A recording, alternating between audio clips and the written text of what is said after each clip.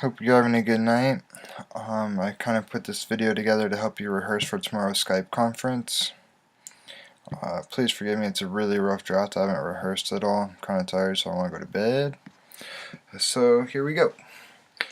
Good evening, everyone. We are the Dream Team Consulting Firm, which is a subsidiary of Applied Strategy Incorporated. Our CEO is Connor Metz. David Ernst manages the money. Casey Miller handles the day-to-day operations.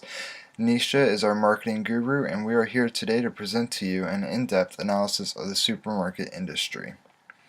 To give our presentation a little structure for the evening, David will be going over the industry introduction, leading right into the economic forces, and then from there he'll hand it over to Casey for Porter's 5 forces, and then we'll go to Nisha for Catalyst, which is drivers for change, and then Connor will take over for some company rankings. And then we'll go back to Nisha for a SWOT analysis, and then we'll come together at the end for an analysis summary of the supermarket industry.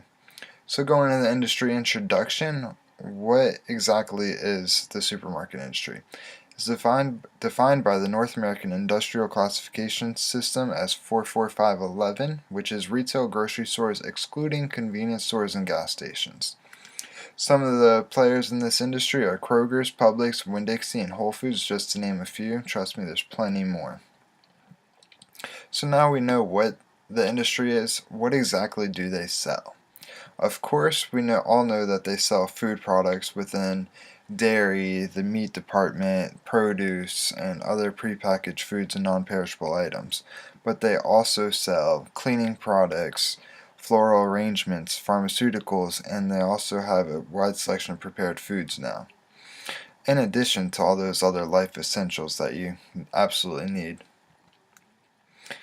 So some economic factors that affect our industry. There's been great advancements in the healthcare industry, which means that the lifespan is longer, increasing our population, which means there's more mouths in the world to feed than before. So increased demand in our industry will lead to higher revenues in the future. In addition, there's also a trend in healthy eating habits, which means people won't be going out to eat as much, and they'll be going into the grocery stores to get those fresh products to make a nice home-cooked meal. That'll have an end result of increasing their health. In addition, there's also a continual economic growth, so as disposable income increases in the world, people go out and spend more money at grocery stores and other retailers. So all these economic factors lead to greater sales forecasts, which means an increase in revenue for our industry, which is a good thing. And now going over to Casey for Porter's 5 forces. First up is the threat of substitute goods.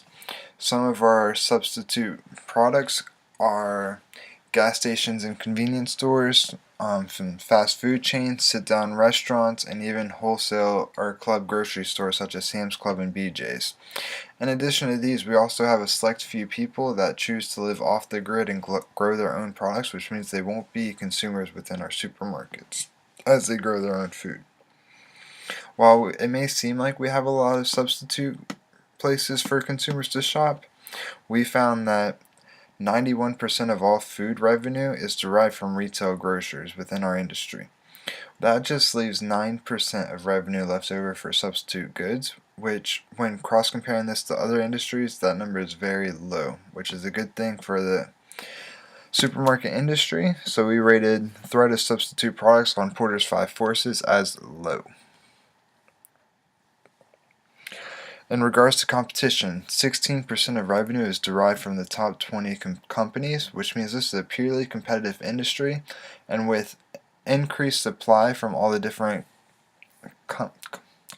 competitors, with a consistent demand, the prices are bound to decrease, which means low profit margins for the supermarkets. In addition to that, supermarkets must maintain a strong marketing department, supply chain management, and rapidly adapt to change in order to stay competitive within the industry. And due to those factors, we rated the competition and rivalry of supermarkets as high.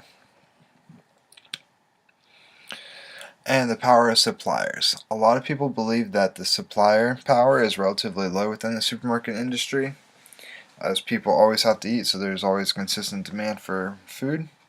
However, we took a different approach to this, and we found that the supermarket gross profit, which is the profits derived from cost of goods sold and not taking into account operating expenses or any of that stuff, is 14.1%. And the food manufacturing industry sees a relatively generous profit percentage of 18.6%. This data is derived from the fourth quarter of 2014, a CSI market. It seems how the food manufacturers earned 4.5% more. We rated the power of suppliers as relatively high. Seems how they're making more money, and supermarkets still haven't managed to negotiate better rates, which would increase their profits and bring down the food manufacturing profits and kind of keep it at equilibrium. So moving on to some drivers of change. We found that 85% of people are now ecocentric, which means they're kind of removing themselves from the top of the pyramid and they're focusing more on products that are better for the environment, such as cleaning products that reduce the carbon footprint, in addition to how the suppliers treat their animals in the fields and in the pens, and how their food is grown. So with companies now realizing that people are ecocentric, they've gone out of their way to find suppliers that are engaging in these activities, and they even take a step backwards and backwardly integrate themselves, which means kind of the same way as Starbucks goes to Colombia to check on their coffee suppliers, making sure that the farmers are treated nicely and the coffee beans are grown in good areas. You'll see supermarkets doing the same, teaching their suppliers how to be more efficient, treat their employees right, and all that good stuff. In order for the companies to market these kind of activities to their consumers, they've invented their own ranking systems. So you'll see this popping up everywhere. One of the examples is Whole Foods has a green to gray system of responsibly grown products where they put it right on the product, and this kind of just helps the consumer pick and choose what kind of products are good for the environment and which ones are healthy and organic. So Connor will be presenting the strategic group map. I'm not really sure what he's going to say at this point. Kroger's has a lot of sales in a lot of stores, while Fresh Market has not that many sales and not that many stores. That's about the extent of what I can say here. I have no idea what he's planning on saying, so there you go. And some company rankings. Kroger's was rated number 1. They're customer first, low cost leader. Publix was our second choice. They're customer first, just like Kroger's. However, their products are expensive, but they aggressively advertise BOGO sales, buy one get ones, which brings people into the door. And once they're in the door, then they realize, oh hey, I need these other products that might be priced a little more than Walmart, but as out of convenience, they're not going to go to Walmart. They're going to buy it at Publix for the higher prices.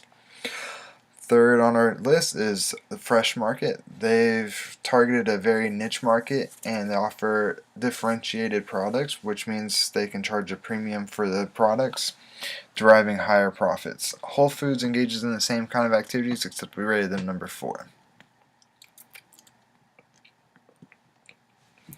Alright, now for some opportunities and threats. These kind of go hand in hand. If the company can see the potential threat and rapidly adapt to change, then they can capitalize on that change and turn it into an opportunity for them. So we've seen Walmart's retail sales decrease on home goods and other products because Amazon has started shipping those products out, and there's been a huge increase in e-commerce.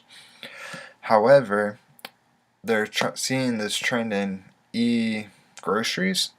So they've actually begun to deliver groceries straight to your house, and in future years we'll be seeing more and more of this, which would decrease brick and mortar revenues and increase e-commerce revenues, which could be detrimental if companies do not capitalize on this and increase their technologies and start delivering food straight to the homes instead of bringing people into the doors.